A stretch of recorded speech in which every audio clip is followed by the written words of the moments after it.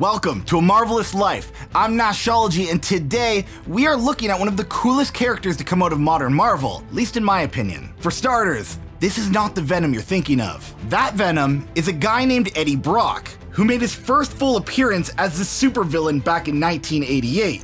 Brock is the most well-known version of Venom, even appearing in his own set of movies where he's portrayed by Tom Hardy. But again, this is not that Venom. If you're at all a fan of Spider-Man, then you may have heard of the name Eugene Flash Thompson. Flash is a recurring character in the Spideyverse, and you have likely seen him throughout the many Spider-Man movies that have graced our existence. However, we never got to experience how truly awesome that character is. We got close with Chris Zilka in the Amazing Spider-Man movies, but as you're probably aware, those movies got axed pretty quickly. So, for those of you unfamiliar with the character, who is he?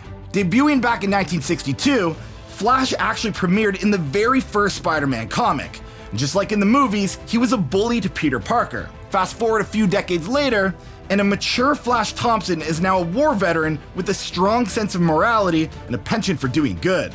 Just like his childhood hero, Spider-Man. So, is this video right for you? Well, this era of Venom is one of my favorite departures for a long-running Marvel character. His supervillain days are gone, and it's the next logical step in Venom's evolution. Quite simply, this is the beginning to Venom's journey to becoming one of the great superheroes of the Marvel Universe. And if you don't think Venom has what it takes to fight alongside Captain America and Spider-Man, then you really need to read the 2020 series King in Black. In my opinion, the absolute pinnacle in Venom's storytelling, but we'll get to that later. For now, let us begin our journey into Agent Venom.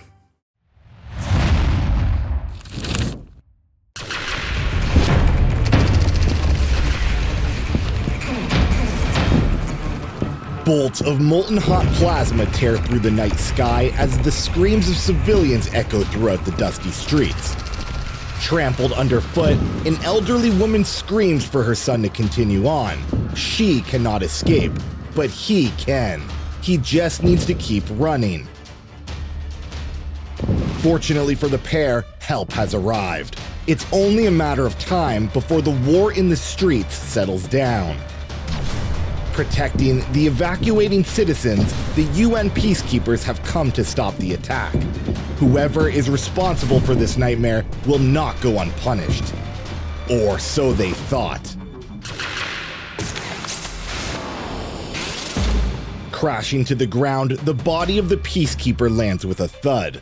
Looking down at the half-missing head, the man in charge realizes the night is about to get much worse.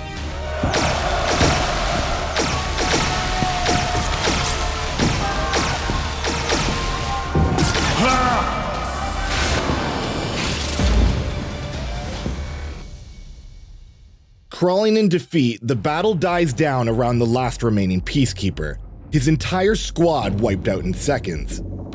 But his problems are far from over as he confronts the one behind the destruction, the one who has brought the city to its knees, the one who calls himself Jack-O-Lantern.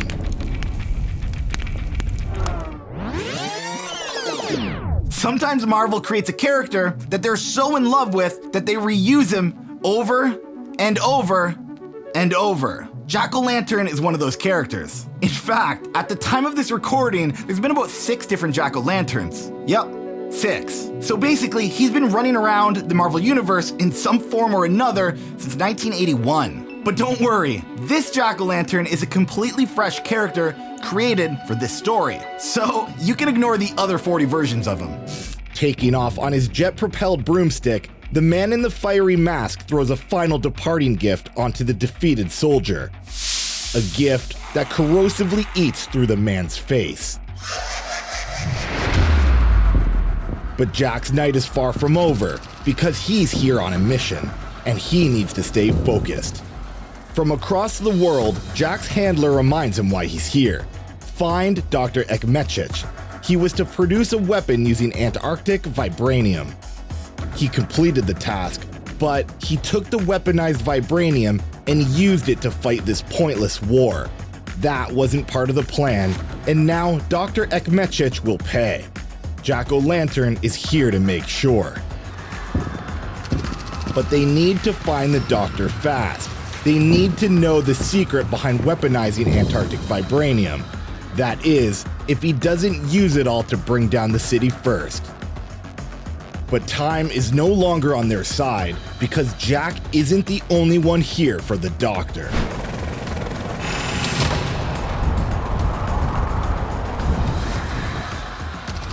Civilians sprint through the streets as the Doctor's men wage their war on the innocent. But the Doctor has made his orders clear. No survivors. Protecting the woman, a black-suited stranger stands in the way of the gunfire, his alien suit completely engulfing the bullets upon contact. Bullet after bullet, the black suit proves to be too powerful for the militia. Whoever this man is, he's unstoppable. And now, it's his turn.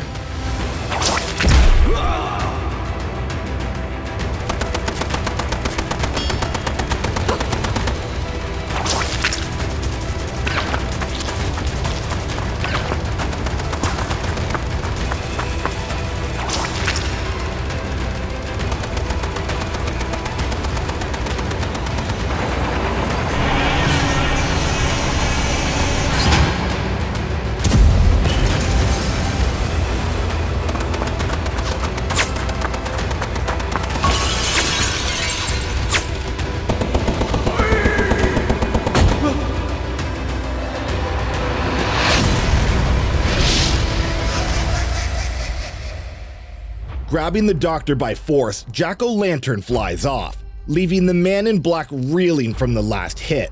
The race has officially begun. But Jack's not getting off that easy, as the black alien suit grabs the controls of the tank and blasts the escaped madman out of the air. Realizing the woman and her child won't last 5 minutes in the war zone, the soldier decides to take them to safety. It doesn't matter how dangerous this mission is, he won't leave them to die. Swinging to a nearby safe zone, the soldier feels the danger close in. He needs to find the Doctor before he is killed by the madman. As the woman and her child take off, the danger makes itself known.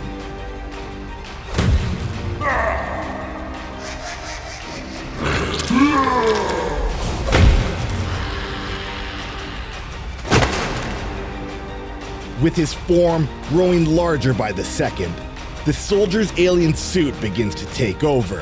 Whoever is wearing it is no longer in control. With hate beginning to fuel the alien's existence, the grenade that was stored earlier is released, directly into the mouth of Jack-o'-lantern.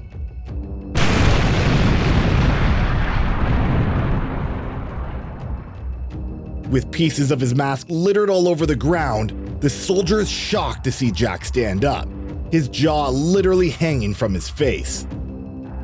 But Jack knows he has a mission to complete, and killing this soldier isn't it. Instead, he runs to Dr. Ekmechich and takes off.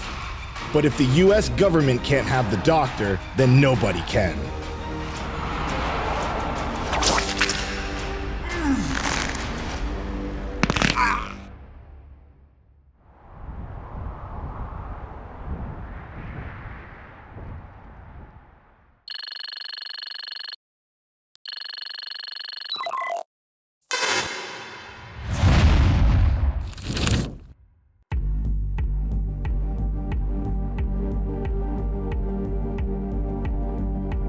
As the bitter cold of the mountains tightly embraces the secret military complex, the sounds of screaming echo within.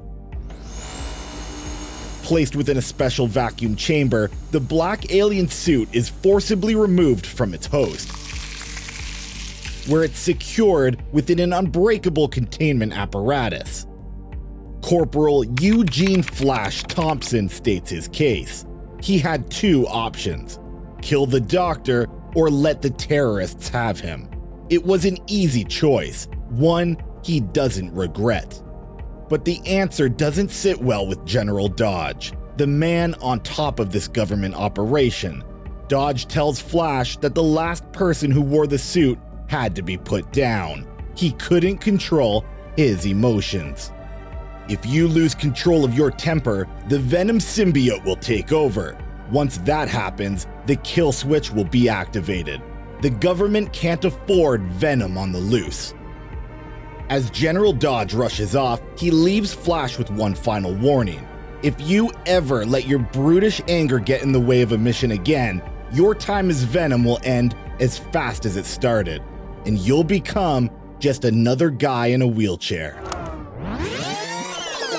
Time for a bit of a history lesson. First appearing back in 1962, Flash Thompson was both Spider-Man's biggest advocate and Peter Parker's most notorious bully. Thankfully, this machismo didn't last too long, and by 1974, Flash and Peter became really close friends. Inspired by his childhood hero, Spider-Man, Flash joins the army and fights in the Iraq War. Unfortunately, it is here where Flash loses both of his legs. But with a recommendation for the Medal of Honor, as well as a newfound purpose of heroism, it is no wonder that Flash Thompson is now a superhero in his own right. Let's just hope the symbiote doesn't ruin that.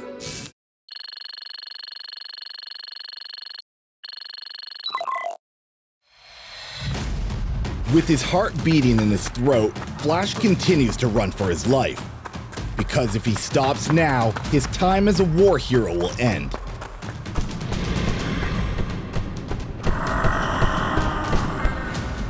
But it's no good.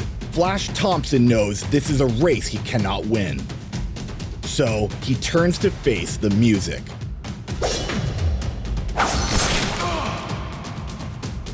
But unluckily for Flash, the hunter has become the hunted, as the legendary Kraven the Hunter has found his mark. Appearing in Spider-Man's nightmares since 1964, Kraven is a big game hunter who has devoted his life to killing anything worth killing. Typically associated with Spider-Man, Kraven has made himself enemies with a number of animal-based heroes, such as Black Panther and Tigra. Oh, and he's also got a movie coming out soon from Sony Pictures. I wonder how that'll go.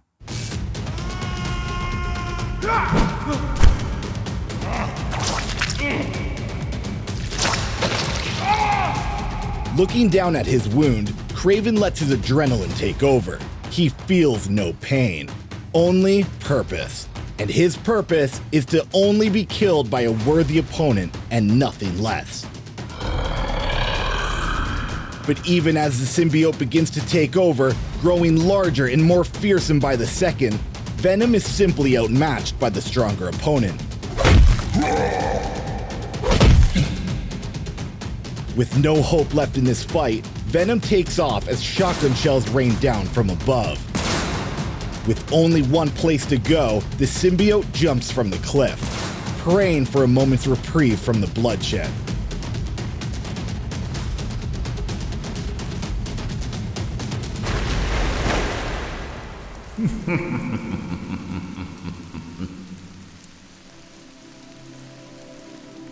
Back in New York, Betty Brant stares out the window as Peter Parker dons his jacket, preparing himself for the rainy night ahead. But her mind is somewhere else, the same place it's been for weeks now. Sadness, anger, and depression once again taking over. Betty has been with Flash for years now. They're supposed to be soulmates, but Flash isn't holding up his end of the deal. He's letting their relationship fall apart. Disappearing for days at a time, his personality oscillating between a gentleman and a jerk, Betty can feel the cracks growing. Maybe the war changed Flash too much. Maybe the Flash she knew is dead. But Peter seems to think otherwise. He tells her to just give him some more time. Be patient and everything will work out. If Flash is not around, it must be for a good reason.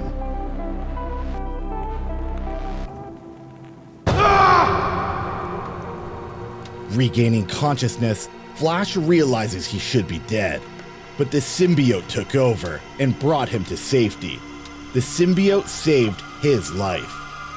He arrived in Antarctica with one goal in mind: destroy the mining site of the Antarctic vibranium, the same metal that was used by Dr. Ekmechich in his war. But that was until Kraven decided to commence his hunt. The mission was supposed to be completed days ago, and he has only one bullet left. It truly is a miracle that General Dodge hasn't activated the kill switch, but the mission cannot be completed yet. Realizing he can't just leave while Kraven is still on the loose, Flash prepares to bring the fight to the Hunter. But the Hunter never stopped stalking its prey.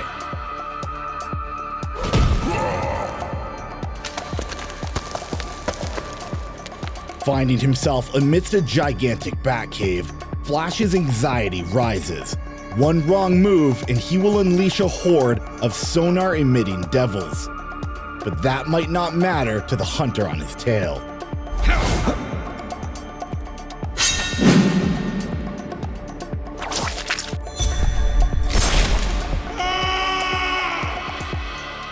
And now, both men have lost the fight. As the sound waves fill the cave, the Venom symbiote writhes in pain. It hates extreme sound, and this is no exception. To avoid the excruciating pain, the symbiote abandons Flash, scurrying off in agonizing defeat. Noticing that without the Venom symbiote, Flash is merely a handicapped man, he decides to end the hunt. He will allow him the dishonor of bleeding to death slowly. But the giant bats that reside within the cave have other plans, as both men are quickly snatched up. Luckily for Flash, there's one bullet left and there's no better time than the present. Dropping to the ground below, Flash prepares his already broken body for the impact. Lying still, Flash breathes a sigh of relief. Maybe this is a good thing. Maybe being Venom isn't all it's chalked up to be. But wait, is that? This can't be. He's coming back. Why would he come back when he was free? What's going on? As the symbiote reinitiates the bond, Flash can feel its thoughts flood his mind. They need each other.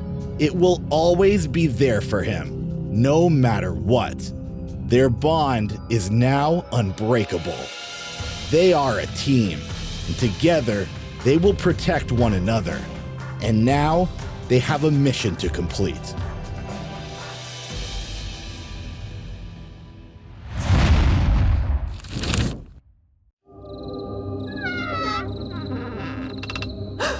Betty Brant jumps up from her bed, her eyes scanning the room. She heard something.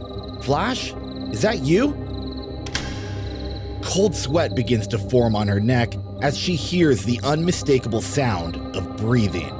And it's not Flash's. Breaking the silence, the intruder simply asks, "How could you love a legless drunk?"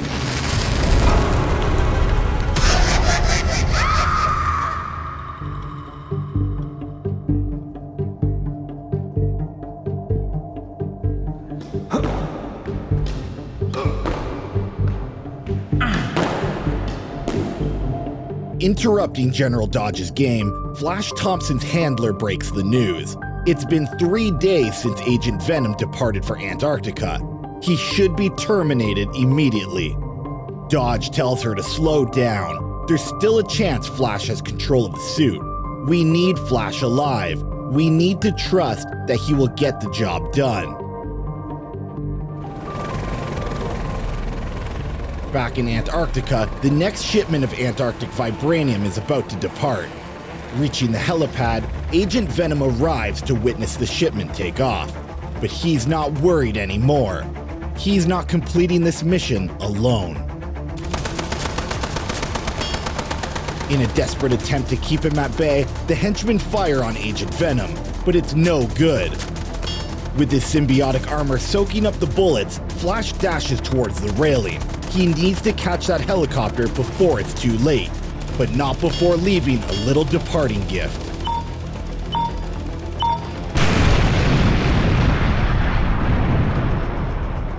With the fiery inferno encompassing the mining outpost, the helicopter pilot stays its course.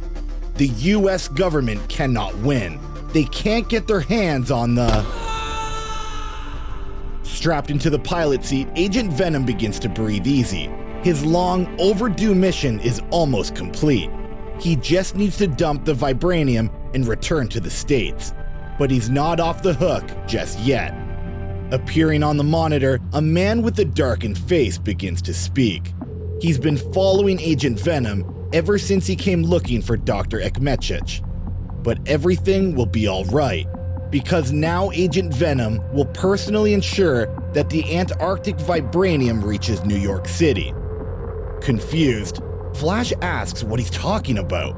Why would he hand-deliver the weapon to a terrorist? A question that is answered promptly by the madman. To the horror of Flash, the image on the computer changes to a blindfolded Betty Brant, strapped to a bomb and under the watchful eye of Jack-O-Lantern. Emotions becoming heightened, the suit begins to stir. The mystery man explains that he knows his identity. He knows who's hiding under the mask. And he knows how to hurt the ones he loves the most. We'll see you in New York, Eugene Thompson. Or else, she's merely the beginning.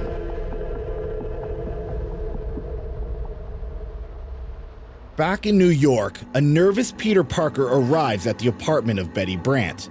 It's unlike her not to answer his calls. But his nervousness quickly descends into fear as he beholds the chaotic state of her living space. Quickly dialing Betty's roommate, Peter tells her to call the police at once. Betty is missing, and he has no idea who's behind it. But before the roommate can ask any questions, Peter hangs up in a hurry, for he has a job to do. Landing in New York, a group of men anxiously await as Agent Venom touches down on the tarmac, still possessing the Antarctic vibranium. Waiting patiently, the man in charge introduces himself as Crime Master, the one responsible for the vibranium. Feeling the symbiote begin to take over, Flash bitterly asks for Betty's freedom. And accepting that a deal is a deal, Crime Master lets Venom have the information he wants. Because he now knows his identity. He knows the secrets that reside beneath the symbiote. And now, he has a new pawn on the board. As Flash's anger begins to boil, it takes all of his remaining focus to not instantly devour Crime Master. But he has no choice in the matter. He needs to save Betty. And time is running out. He only has 5 minutes until the bomb explodes. So, Venom hurries off, leaving Flash in the passenger seat, with no option but to witness the events at hand. Swinging through the streets of New York, Flash takes solace in Venom's help. He has full control of Flash's body, but he wants to help. He wants to save Betty. And as long as Venom stays focused, they will reach her in time. They just need to make sure that he stays on task. An accomplishment that might now be out of reach.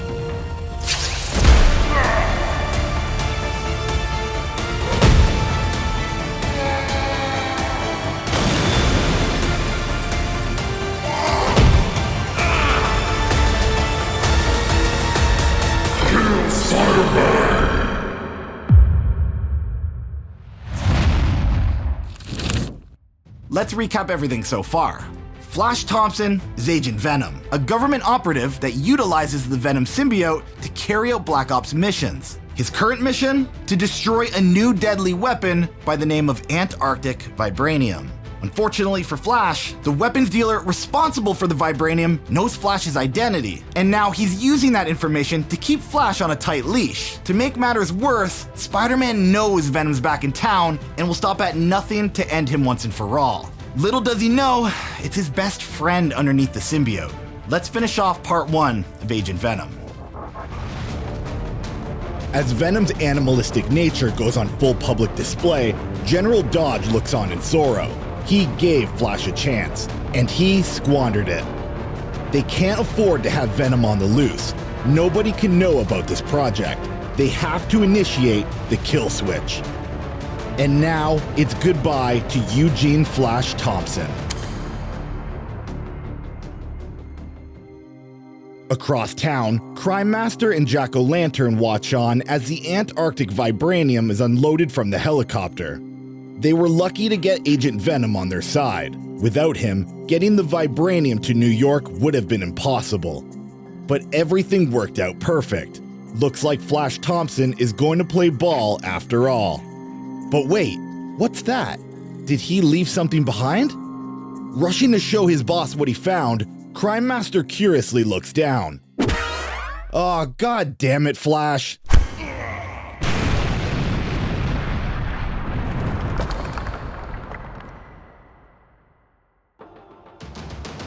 The dust settles in downtown New York as Spider-Man stares down the behemoth.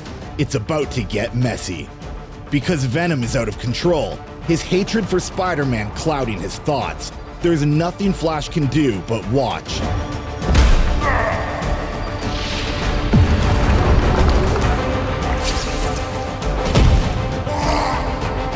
Gripping Venom by the neck, Spider-Man screams for the location of Betty Brant. He knows Venom is involved. He must be. But this fight can't continue. It needs to stop now. Flash uses what little control he has to put an end to Venom's aggression. They need to run. Time is running out. But Spider-Man isn't finished with him. There is no escape from this. He's not letting Venom escape, not until he gives up Betty's location. Flash knows he only has one more shot at this before Venom truly takes over.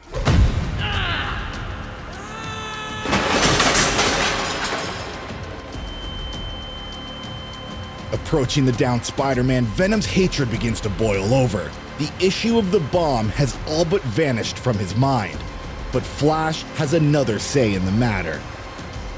Grabbing the nearby prescription sedatives by the handful and scarfing them down by the hundreds, every bottle he can possibly find. With the symbiote momentarily tranquilized, Flash uses what spare seconds he has to tell Spider-Man the location of Betty Brant. Now, finally alone, Flash screams at Venom to cooperate. If he doesn't, Betty will die and Venom will be given to a new host.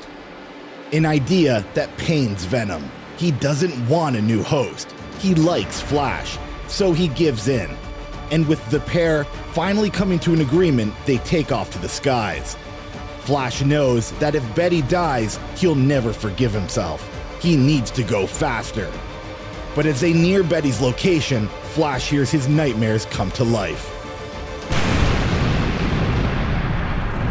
Flash feels his stomach drop. He's too late. That fight with Spider-Man consumed too much time, and it's completely his fault.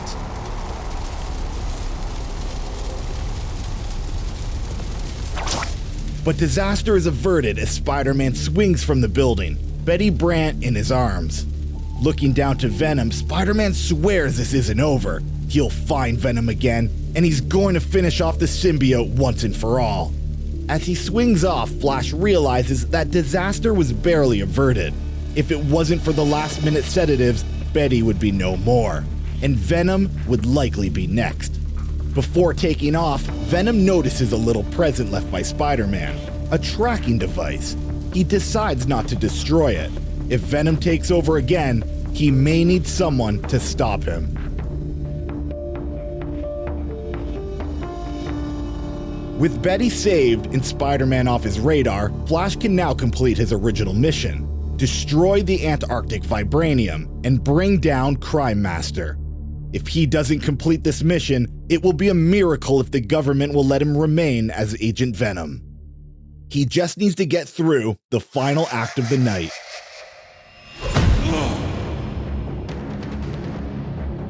Preparing for his next strike, Jack taunts Flash, informing him that the shipment is almost to its destination, and all because of Flash's help. Removing his mask, Jack shows Flash his grotesque face, torn apart by the grenade from the last mission. And now, it's time to return the favor. With his psychotic laugh filling the air, Jack tosses a special homemade entanglement device at Venom, wrapping him up and rendering him completely immobile. Flash is helpless as Jack drags him through a brick chimney, unable to fight back. But luckily for Flash, his tormentor is needed elsewhere. He won't be able to finish Flash off after all. Screaming through his earpiece, Crime Master tells Jack to get back to the shipment. They're being raided by government forces. Whatever he's doing, he needs to stop now. Hurrying off, Jack warns that this was just a scuffle. The real war is yet to start. But little does he know, Flash transferred the spider tracker onto Jack. Jack's war will be starting soon, but it might not be with the person he's thinking of. Back at Project Rebirth, General Dodge lays into Flash. Not only did he lose control of the symbiote, but he made it a public spectacle. The Venom symbiote is not supposed to be seen warring with superheroes. And to make matters worse, Crime Master got away. There was absolutely no win in the cards tonight. Agent Venom is officially on thin ice. He lost the vibranium and he lost the guy in charge. Wallowing in his sorrow, Flash knows he needs to do better. He needs to right this wrong and track down Crime Master. Or else, he clearly isn't made to be a hero. Betty Brant rests in her Brooklyn apartment with Flash and Peter, still reeling over the recent kidnapping. Although happy to be home, Betty can't help but to theorize. There's only one plausible reason she was kidnapped. Retaliation for an organized crime story she wrote on assignment. It's the only thing that makes sense. But Peter Parker isn't buying it. He knows Venom's involved. He's a sick and twisted monster who just wants to inflict pain. To which Flash quickly fires back. Maybe Spider-Man is the one who's at fault. He attracts trouble everywhere he goes. It's a miracle Betty got out alive. Sensing the growing tension, Betty quickly cools down the situation. It's not Spider-Man or Venom's fault. She simply wrote a story that ruffled the wrong feathers. But the tension is still present as both men nervously look over to each other, their respective secret identities protected behind an ironclad veil. They are best friends, with an unbreakable bond and a life full of hardship. But that friendship is about to be tested.